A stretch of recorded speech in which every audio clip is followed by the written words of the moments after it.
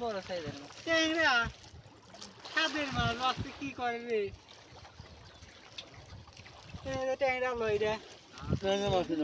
মাছ রাহেন ট্যাংরা মাছ টক করে নষ্ট হয়